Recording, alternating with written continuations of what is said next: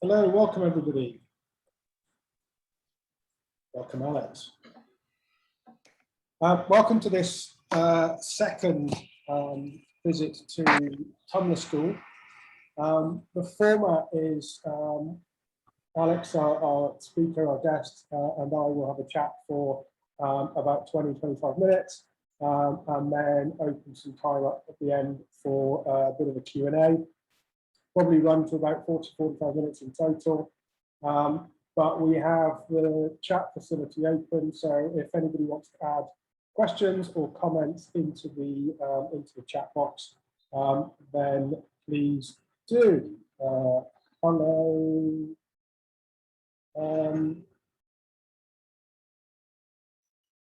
Sorry, somebody's screen sharing.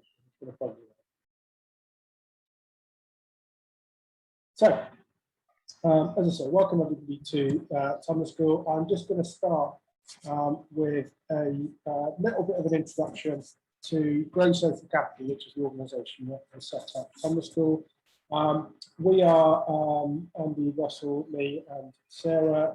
We set this new social enterprise up during lockdown with the purpose to address the challenge of changing levels of social capital in society. So we're looking at these changes and thinking that they are at the root cause of many of the social issues and challenges, including growing divisions, growing distrust, fewer people getting involved in civic society, and more people feeling isolated. And there's an opportunity, we think, by tapping into this collective ability that we've got to help each other, which is called social capital. So we as an organisation are developing new responses to enable organisations, communities, individuals to do something positive and to do something practical to grow social capital. We had a great first Grow Social Capital week at the end of February, and if you go to our website, there are loads of recorded talks, suggested reading, blog posts. So there's some really nice background there if you want to find out more about who we are and what we're doing. So on to Tummler School, which is one of the initiatives we launched as part of that Social Capital Week. Tummler, probably not a word that you'll be familiar with. It's a Yiddish word that basically is applied to somebody who is kind of employed to get a party going. And we at Grow Social Capital thought, what a great job description for anybody who wants to make a difference in communities, partnerships, and organisations. So every Friday, the last Friday of the month,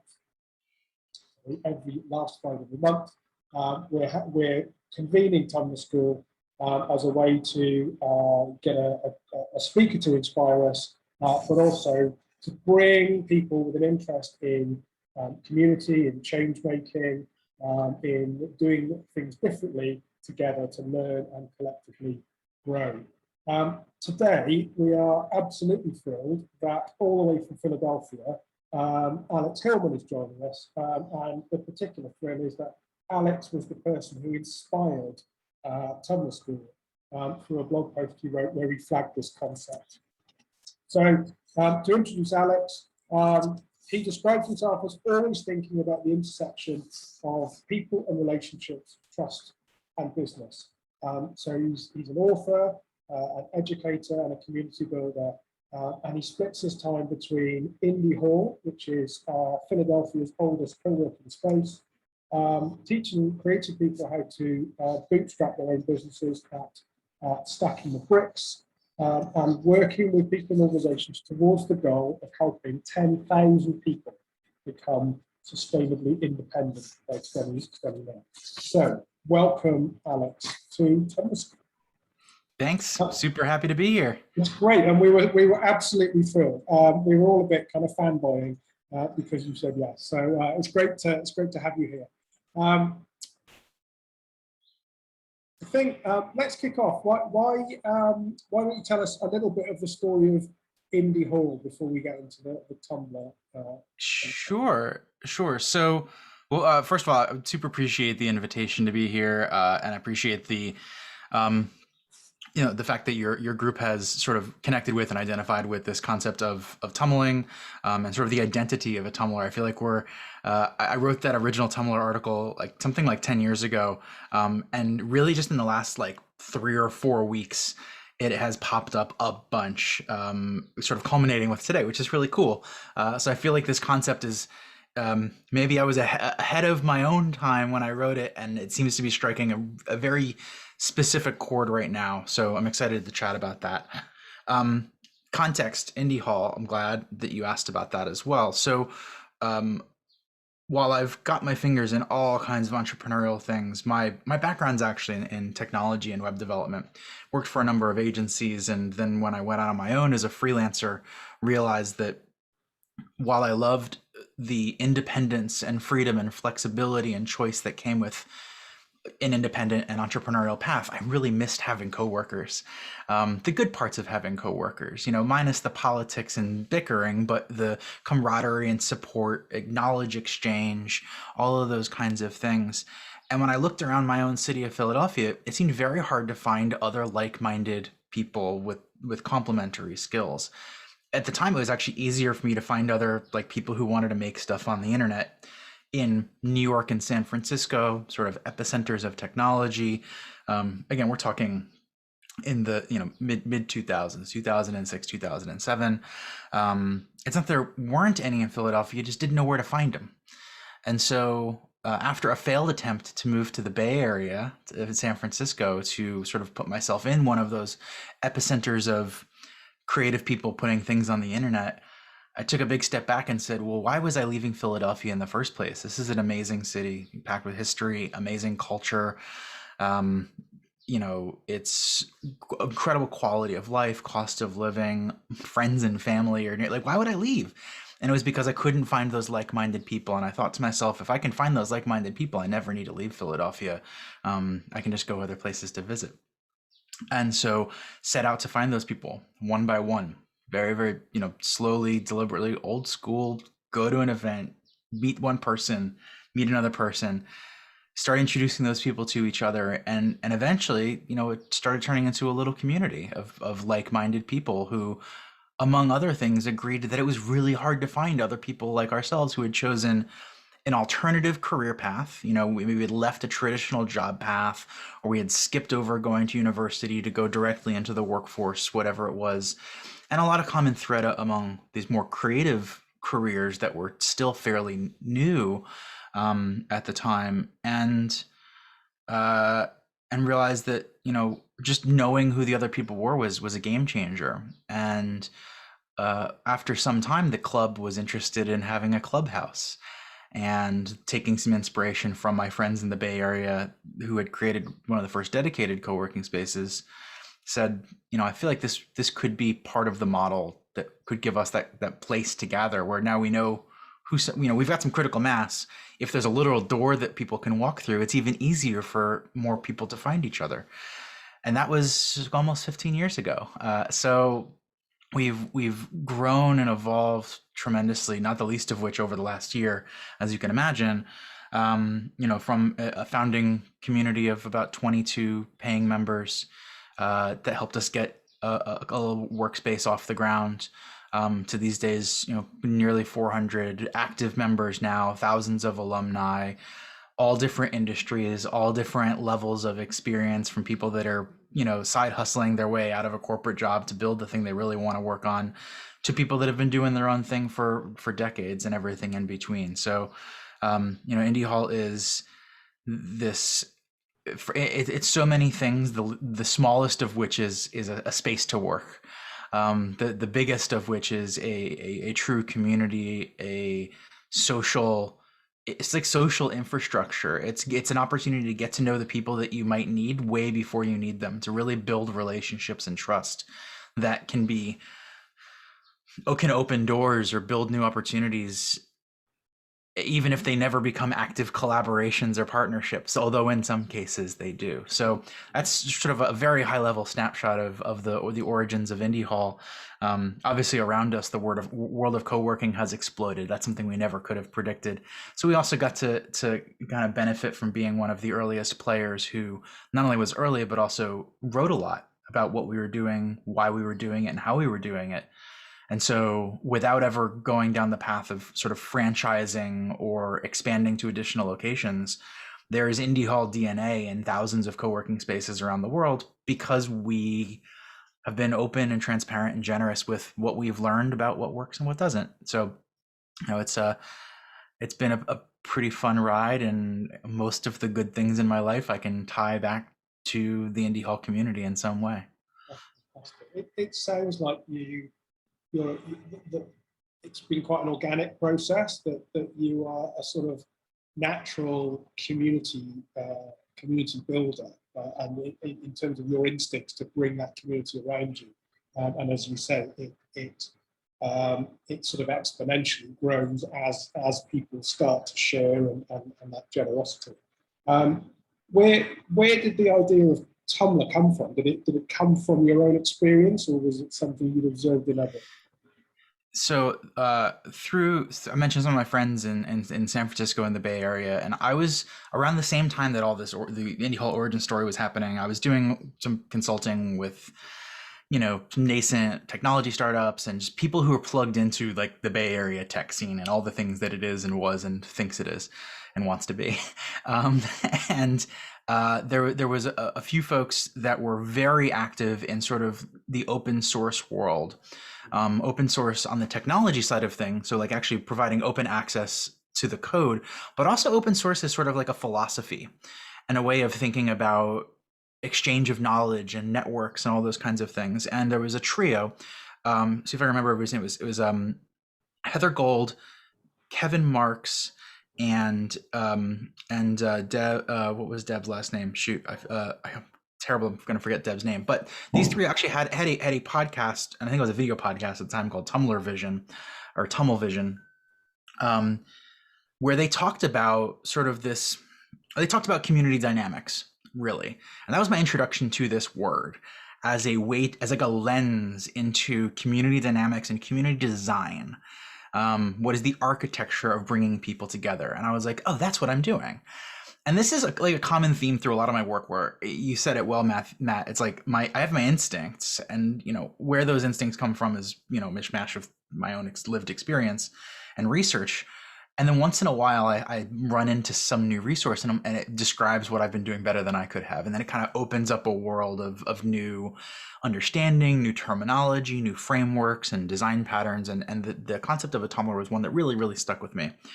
Fast forward many years later, and I'm working with co-working spaces around the world, and a very, very common problem and challenge and a gap in understanding was the difference between how people were approaching community management and what myself and my team were doing. And I realized that there was baggage in the phrasing of community management. And if you come from, especially from a corporate background or an organizational background, just the term of manager carries a lot of baggage, right?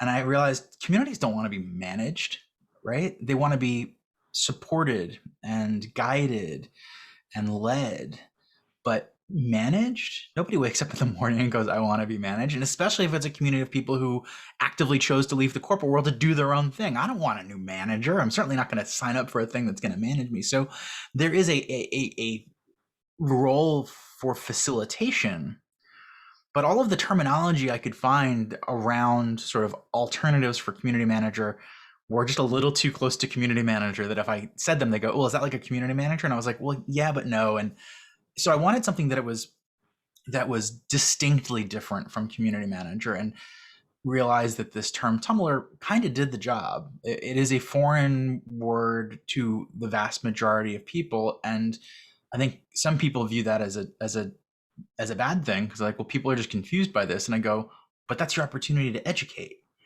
And so it kind of creates an open space to say, well, what does that mean? Instead of a term that will just cause people to adopt whatever mindsets or design patterns or habits that they might be bringing over from other work or other experiences or expectations. So So yeah, it was, and I like, here's the other thing, is like, I'm not married to the term. I just couldn't come up with, I was like, this one fits. And until somebody comes up with a better one, I'm going to use this one.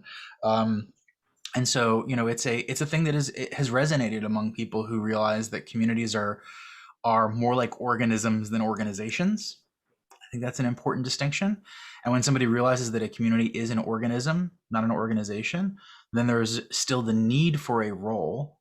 And I'd say there are multiple roles, but one of the key roles is this person whose job it is to spend a lot of time listening and a little bit of time positioning and guiding, so that those experiences, those sort of delightful, often serendipitous, sometimes deeply meaningful and powerful experiences, they're not things that you can force, but they're things that you can kind of create the environment for. And if it's going to happen, the odds are in the favor of the thing happening. I think that point about creating the environment, or kind of enabling and facilitating, particularly, so I like linking it back to the open source idea, but I guess it's that idea of how can I kind of create that change so that it continues to happen, even if I'm not there. So, Yeah, very much so. Yeah, it's I think a lot about, there's a quote from years ago, and I wish I could remember where I heard it, so I could credit it, but it's something to the effect of like, culture is your co-pilot. Culture is the thing that guides people's decisions when there's not somebody in the room watching over them to tell them what decision to make.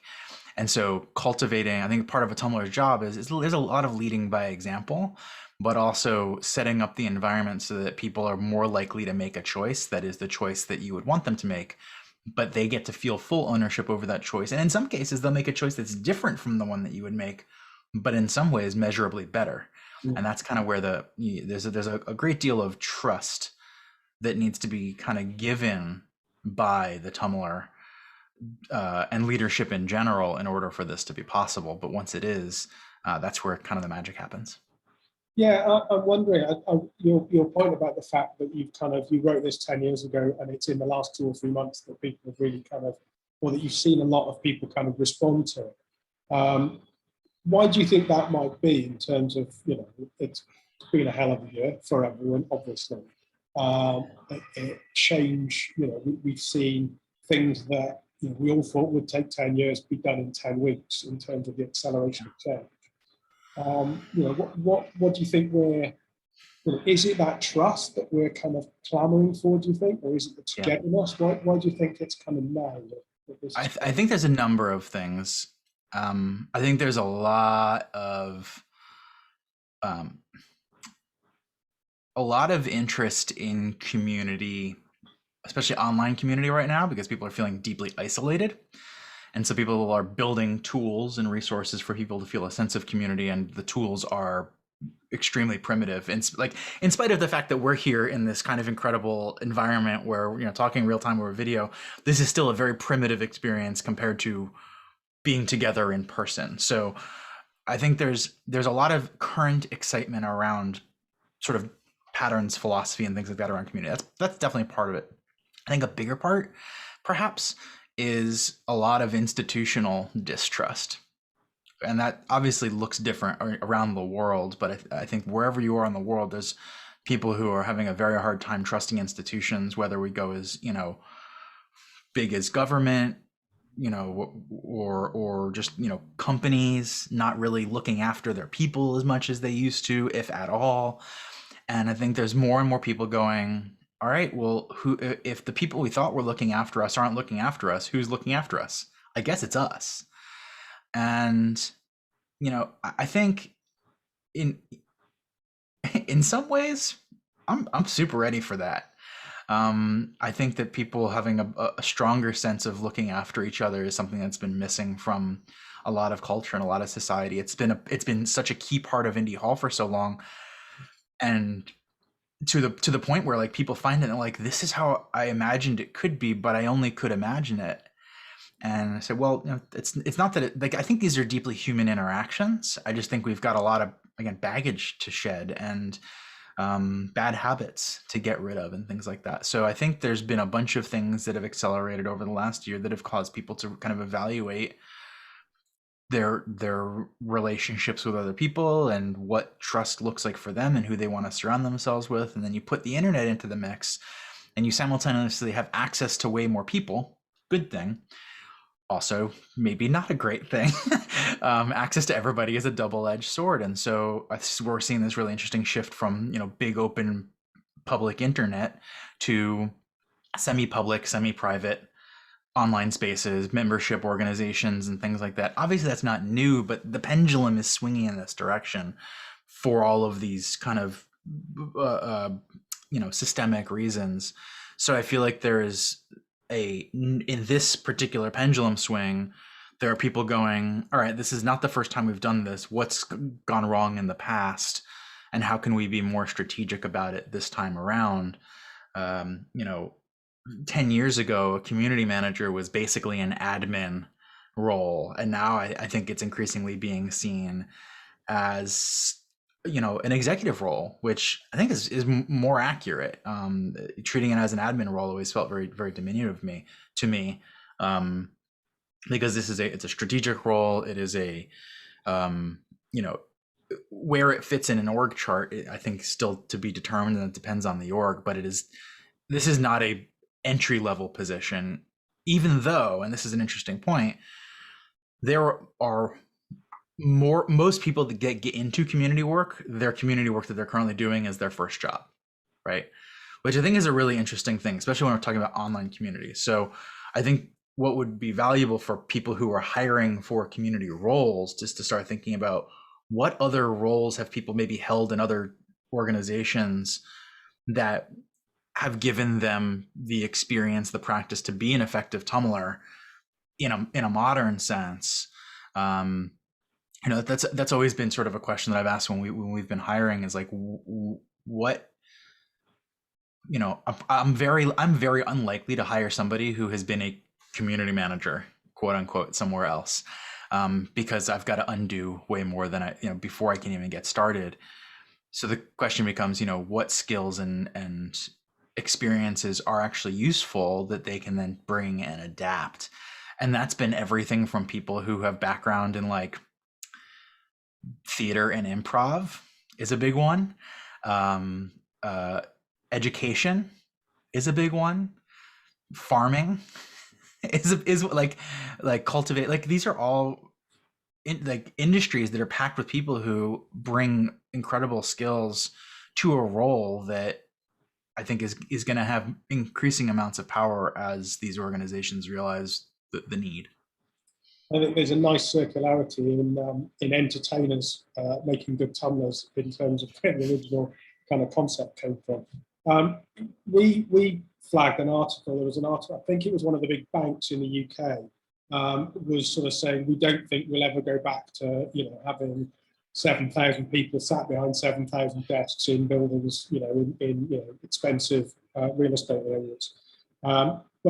But they flagged that the issue was the social capital you would lose from that kind of distribution. So, how do you see the future role of co-working and hubs working together with, sort of bigger organizational structures? I think your movement, or the co-working movement, has come out of people with a sense of independence. And I think we're about to go into a phase of people kind of looking at that for big organizations and saying, well, actually, it's not the Industrial Revolution anymore. I don't need people 9 to 5 sat in rows in a building. But how on earth am I going to keep the good qualities of togetherness? Yeah. What can everybody learn from your experiences? Russell said what can everybody learn from what you've learned and the Tumblr concept, do you think? Yeah. Well, I mean, I totally agree that, for all of the upsides of remote work, one of the biggest downsides is a lot of the informal methods for learning and growth and building relationships and trust that you get for free being in those physical spaces kind of vanish into invisible power structures. And as we've seen with all of the conversation around racial inequity, I think hopefully that paints a picture of like invisible power structures are bad. We should be aware of them and design with them in mind. So I think that however this goes, there's going to be a need for something to supplement what's been lost. The question is what? If I've learned any number of things from the experience in co-working, one of them is also that even when we're working with organizations are made up of individuals. And so there's a unique challenge in getting people to shed the organizational attachment and focus on the individual. Many organizations are bad at this too. The best ones to work for, focus on you as an individual. You're there to do a job, but they invest in you as a person by giving you opportunities to do additional, training, education, support, personal growth, creative, whatever it might be. Like those are positive examples where companies see that if I invest in an individual, that we, the company, benefit from that in some way. That is a mutually beneficial relationship. So what I would hope for, and I don't think we're going to see a lot of this initially, I think we're going to see a consolidation initially, is that companies are going to say, we're doing a deal with some corporate co-working entity, and now instead of working under our space, you can go work under theirs. And I think that's going to be a disaster. Long term. Short term, it'll be neutral to bad. I don't think it's going to be great, but I think if organizations want to skip past that, I think the real power is putting the agency in the hands of the individual and saying, part of your corporate benefits package is a stipend towards a co-working space. Go pick one near you. Go pick one that fits your basically go pick your own co-workers, right? And I think the opportunity for the company is not to outsource the physicality of a workspace, but instead to find an organization, a community that is able to kind of wrap around the individual, their employee, and help that employee be better, right, in some way. So the experience of a co-working community provides those opportunities to be around people you wouldn't otherwise be around. So similar to a corporate organization where like bumping into people that are not on your immediate team, overhearing how other people do things, and realizing, oh, that's a thing I need to learn how to do so I can get better at my job. All of those kinds of things that happen organizationally, I think it's actually even better to do it outside of the organization because you get more diversity, you get more range of perspective. And maybe most importantly, you put the agency in the hands of the individual. And even without going full independent, we've seen from tons of research, most popularly Dan Pink's work with Drive, autonomy is a cornerstone of people's sense of satisfaction at work.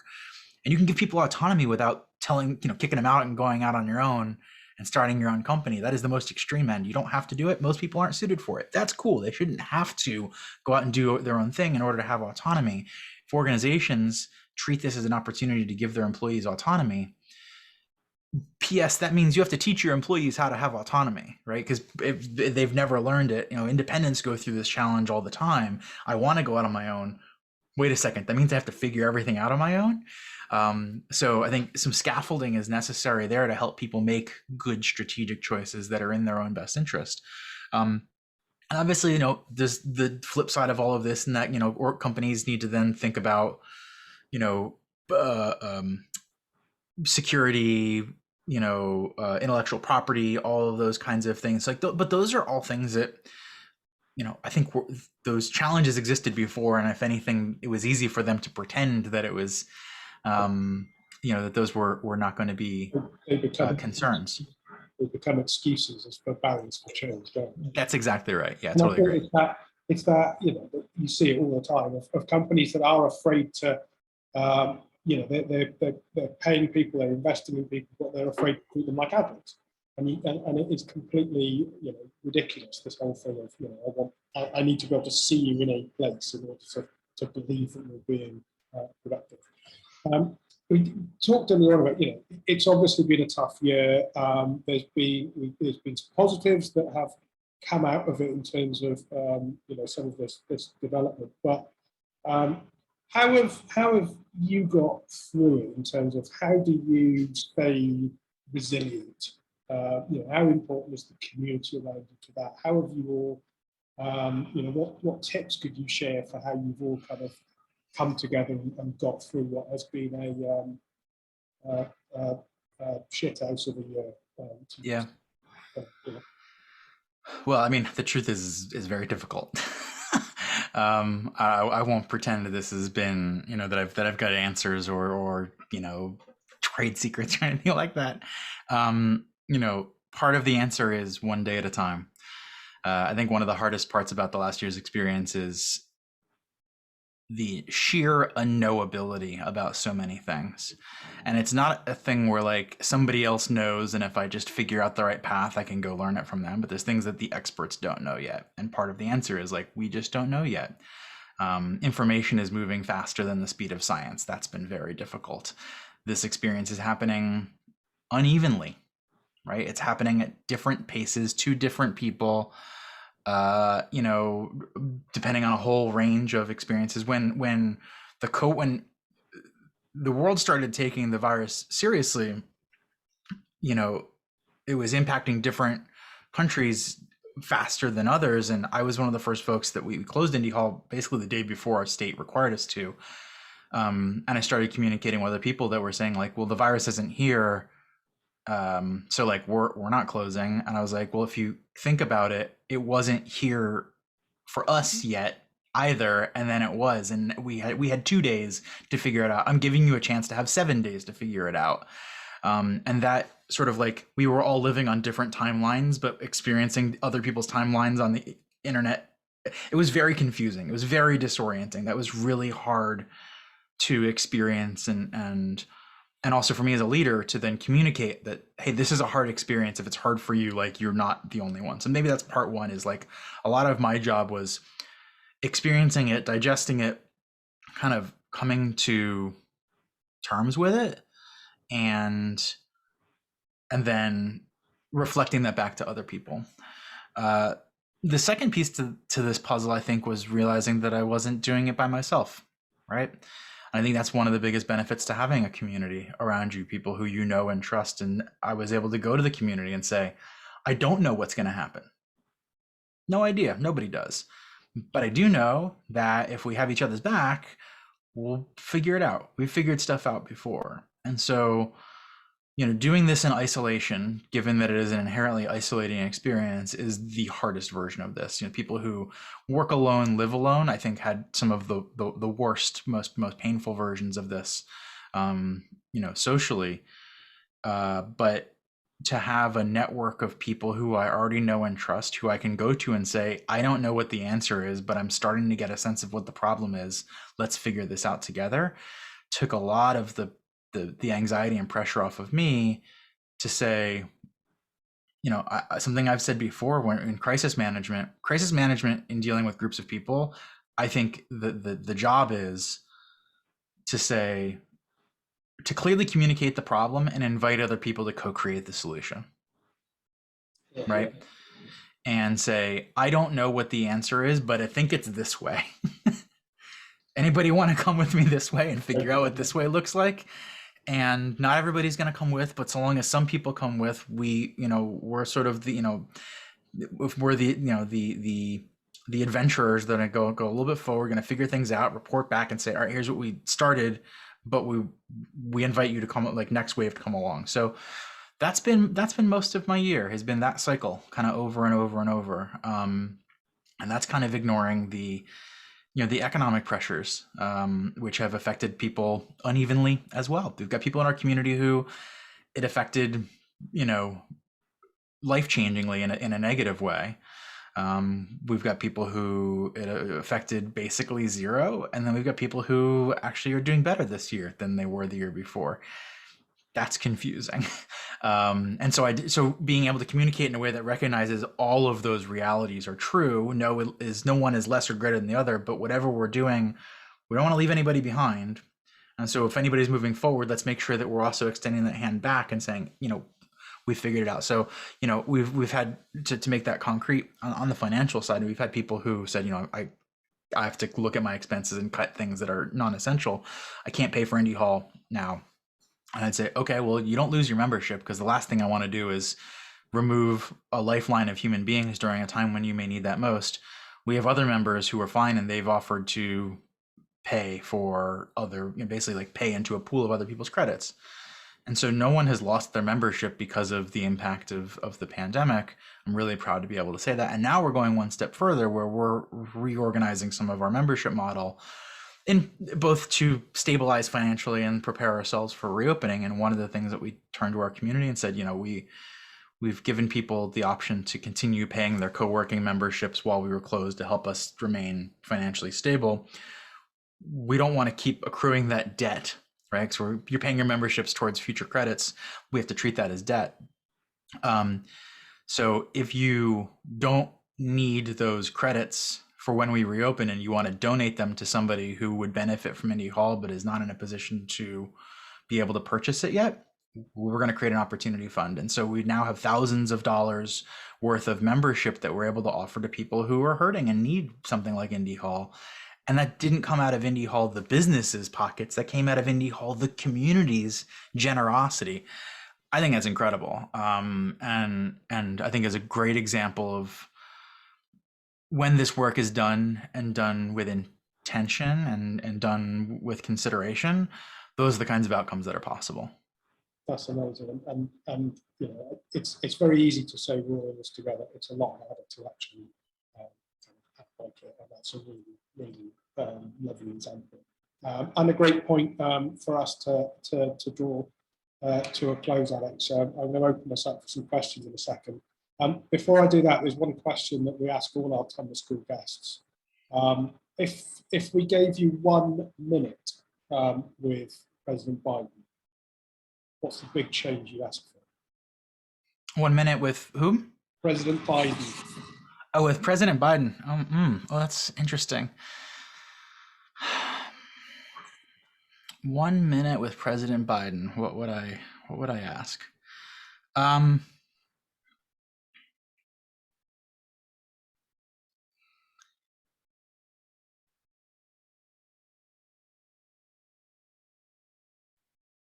I think this is something that he's doing, but it's the thing that actually there's sort of two parts to this. One is like make sure your leaders come from everywhere, right?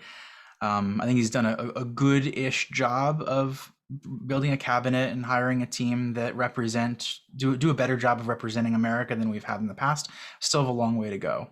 So I don't think he needs me to tell him that, but I think that's an important one.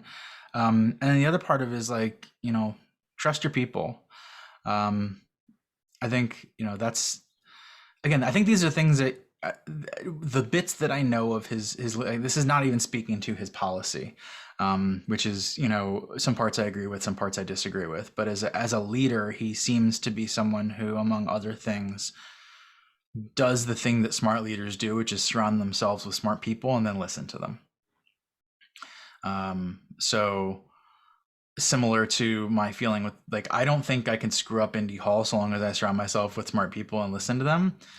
And if you're the leader of a country or a giant organization that's not a country, I think the same thing's like surround yourself with smart, diverse people.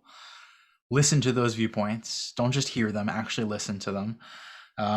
You can only screw it up so bad if you do that. You're not going to make it's not going to be perfect across the board, but you'll do the best job with the least harm, I think is the truth. And I'm hopeful that that's the way things will go. It's the way it seems to be headed. It's still very early.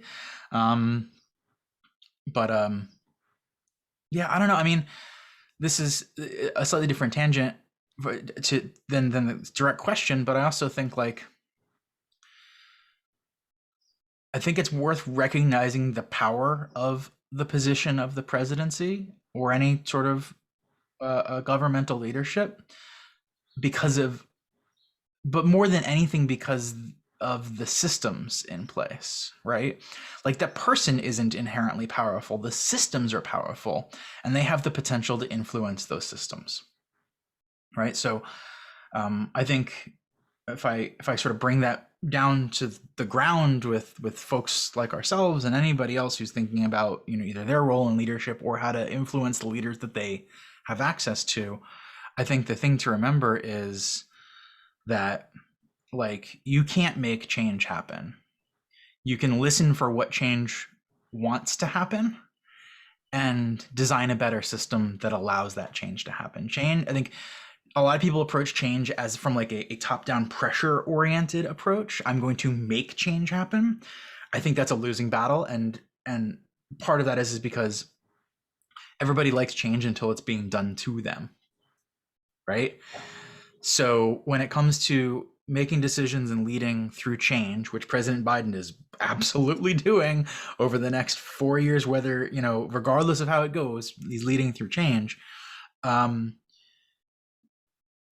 To look at it from the perspective of what change is already in motion, or what change has the potential energy that if it was just had a barrier removed or was given a little bit more support, or in some cases simply permission, what change would happen on its own. Yeah. So it's more about unlocking potential energy than forcing change to happen.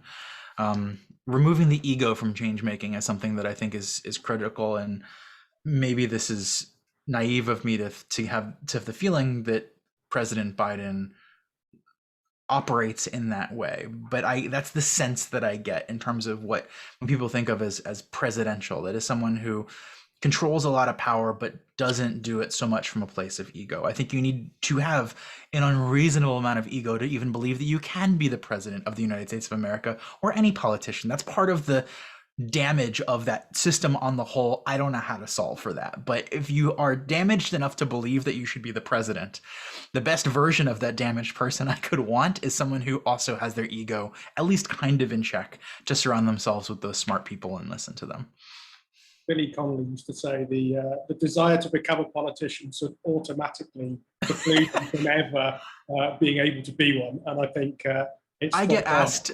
I don't say this from a place of ego. It's more from a place of fear. I get asked when I'm going to get into politics all the time, and I say that is a job. Like I think, yeah, being a politician is like owning a boat. I'd rather have a friend who owns a boat than own a boat, and I'd rather have friends who are politicians than be a politician. Very that's great. Thanks, Alex. I'm going to open up to the floor. Anybody want to ask a question? Either pop it in the chat or pop a hand up. Give us a wave. Andy's waving. Go on, Andy. Alex, I mean, phenomenal sharing, mate, and great talk. And you talk about the early days and so on. If you could go back in time to those early days, what advice would you give yourself?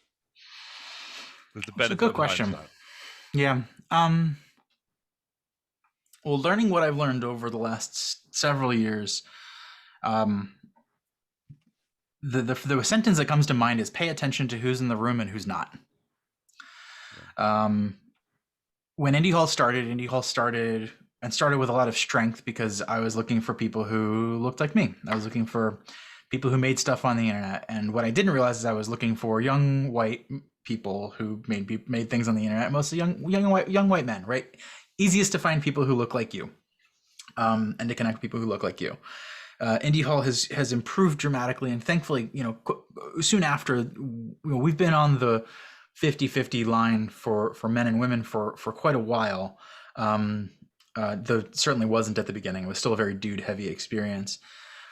But I look at us now, and we are a predominantly white community in a city of Philadelphia, which is not predominantly white. It's predominantly Black. And that is, to me, a clear signal that something went wrong.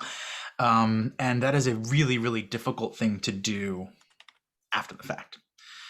Not that it's an undoable thing, right? It is, or that it is not a worthy effort 100% on all of those things, but it is much more difficult to do later because you have to undo things in order to begin those new things. And so I've become much more aware, and credit where credit is due. This is our community, and in some cases, maybe more importantly, my team, people I've hired have brought to me in ways that were effective to help me see what I was not seeing.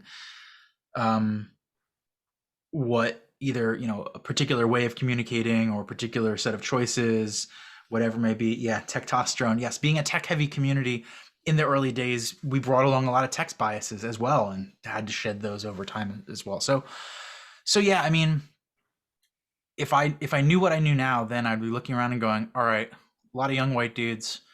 That's clearly not representative of the city. Who is not in the room, and how do we invite them to be a part of this, not as a guest, but as a partner, as a collaborator, to be a part of the co-creation process. We're going through a program now through an organization called Of, By, For, All.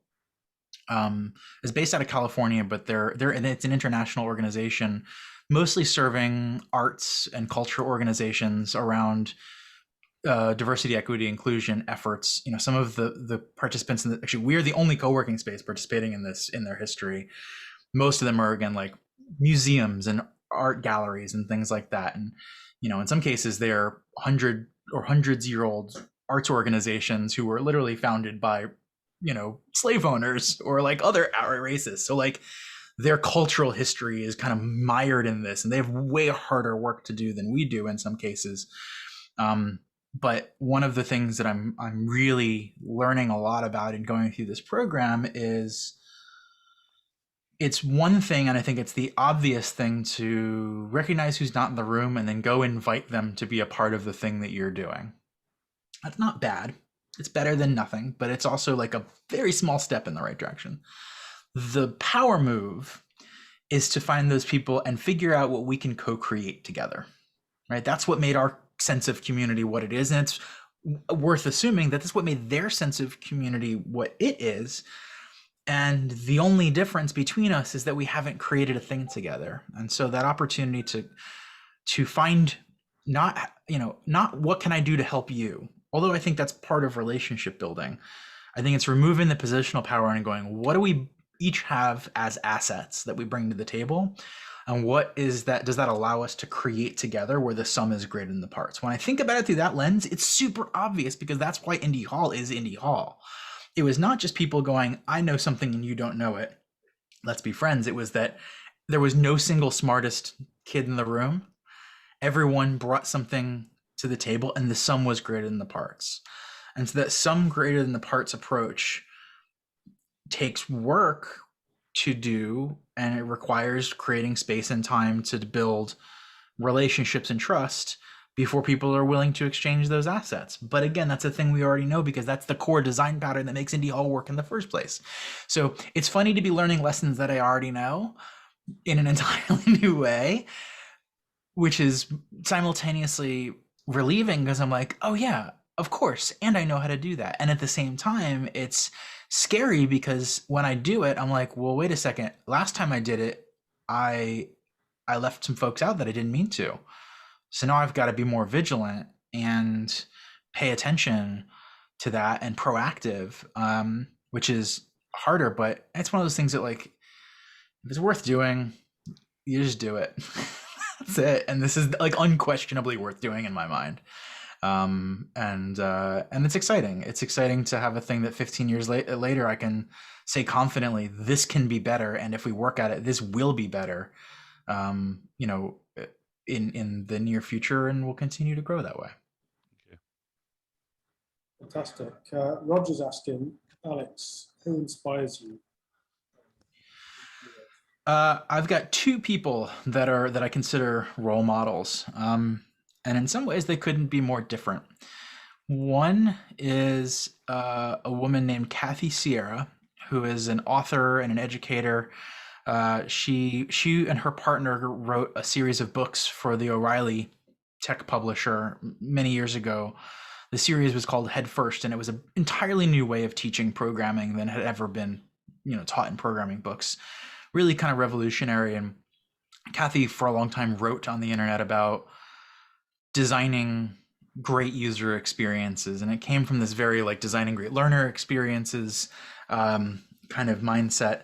And it was all about like, how do you help the other person feel like a total badass? How do you help them achieve what they deeply want to achieve? And Kathy's online writing is still around in artifacts. Sadly, she was basically bullied off the internet because the internet's a terrible place sometimes. And so we've lost her new contributions. I'm also super grateful that somewhere along my career, she went from being someone who I looked up to and admired to someone that I've had a chance to actually work with and collaborate with a little bit on one of her more recent projects, which is a book called Badass. Highly recommend. Badass by Kathy Sierra is, I think, one of the most valuable books I can recommend in terms of thinking about and designing for another person's outcomes, and the power of that. The other is, and I think it couldn't be more different, is Dave Grohl, the lead singer and founder of the Foo Fighters.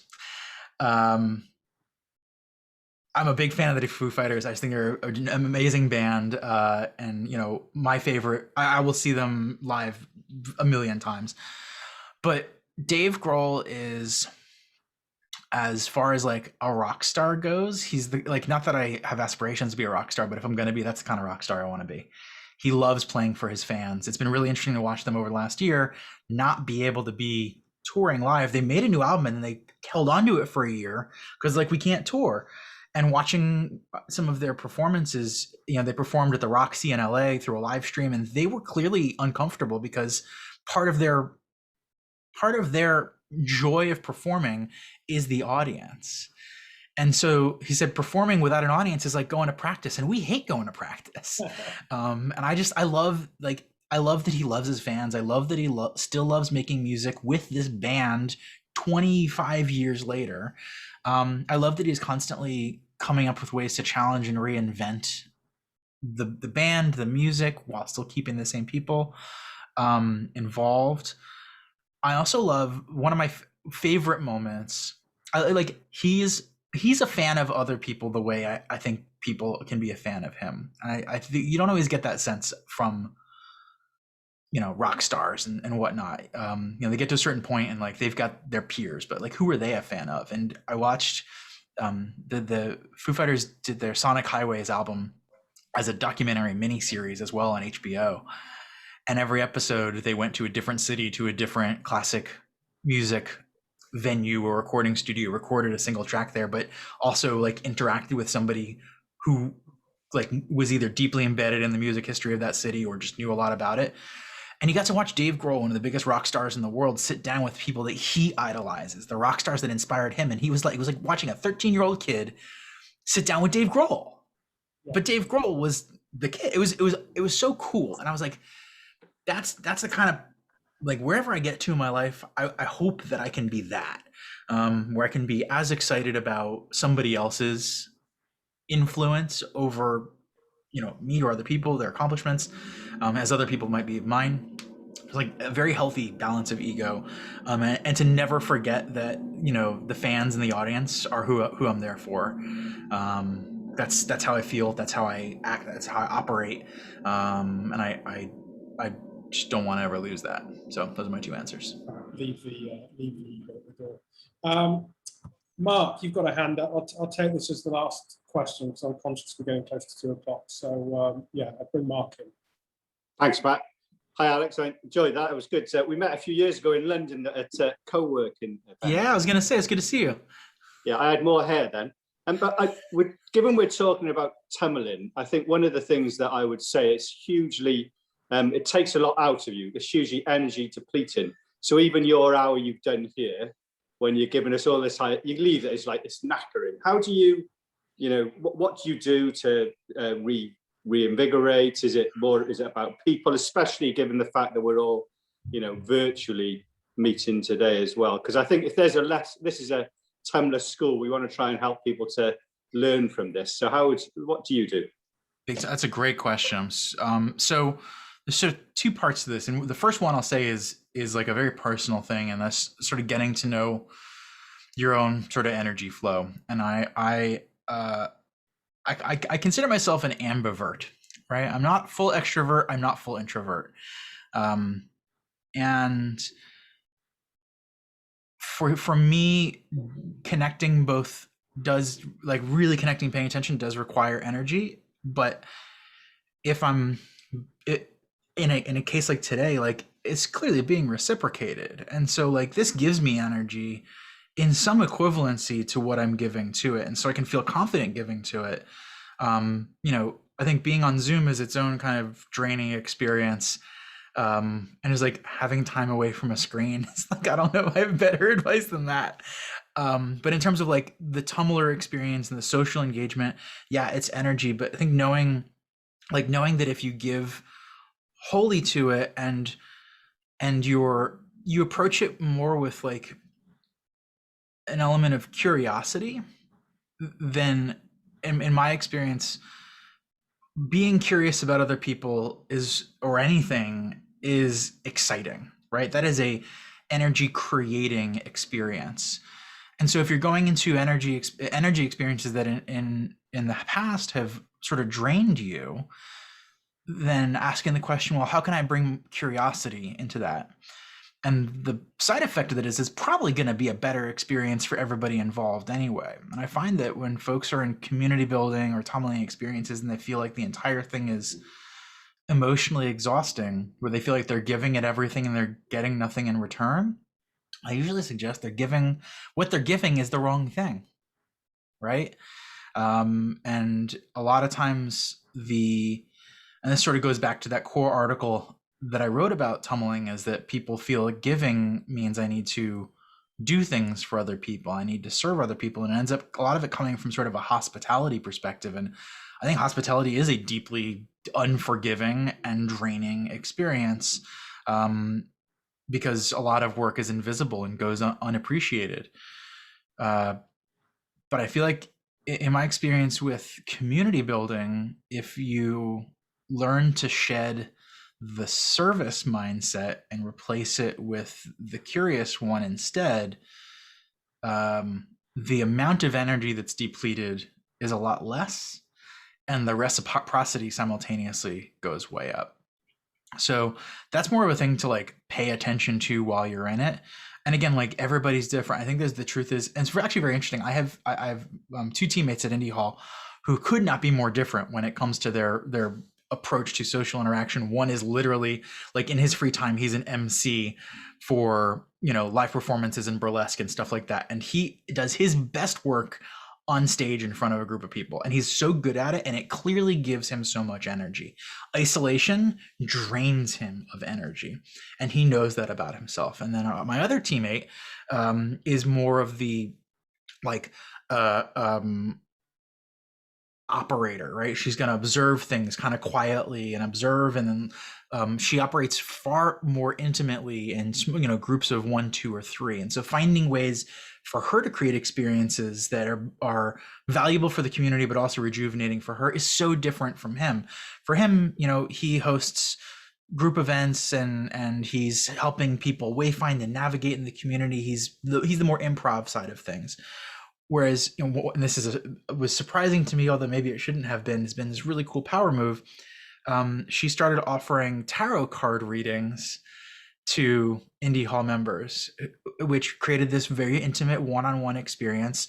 And she did the work to explain, like, if you've never had a tarot card reading, like, here are some of the reasons you may have been turned off in the past. This is nothing like that. This is really just kind of like an excuse for us to sit down and have a conversation and do it in this kind of, small setting. And then she also leads a group who does, it's co-crafting. It's basically like a lightly structured break in the middle of the day to do some arts and crafts, do some knitting, do some doodling, whatever it is, get, an excuse to get away from the screen. Those are very much her style of facilitation. I think having two teammates with different facilitation and tumbling styles works really well because we've got members who respond distinctly better to each of those. And it is exceedingly difficult for any one person to do both, right? So I think there's an element of like self-reflection and knowing which of those is you, or somewhere on that spectrum. I think those are, and it's not even a 2-point spectrum. It's probably more like a matrix, or a spider web or something like that. But figure out where on that terrain you are, lean into it, and then also make sure you're not the only one, right? This sort of goes back to my answer earlier of how we're getting through all of this. If everything rolls back to me, it's the most exhausting experience of anything. So finding ways to remind myself that it doesn't all roll back to me, and if it is, I've made mistakes along the way that I've got to adjust for. creates opportunities to invite people in. And for me, inviting people in and watching them get excited and watching them feel empowered, that's a big area of where I get it. Watching other people succeed is probably like the #1 source of energy for me. So if I can do something that gives me those kinds of opportunities, that gives me the fulfillment while also sort of filling up the well. If that answers the question. Really good one though. Good to see you again, Mark. That's brilliant, Alex. Thank you so much. Before we go, April's event will be Peter Davis in May. Julie Lee, the first female rugby league referee in Great Britain and Australia, joins us. And then we're joined by Luke, who's the Chief Executive of Rhondda Housing Association, and still online at growsocialcapital.org is our conversation from last month with Sophie Howe, who is Wales's and indeed the world's first sort of Future Generations Commission.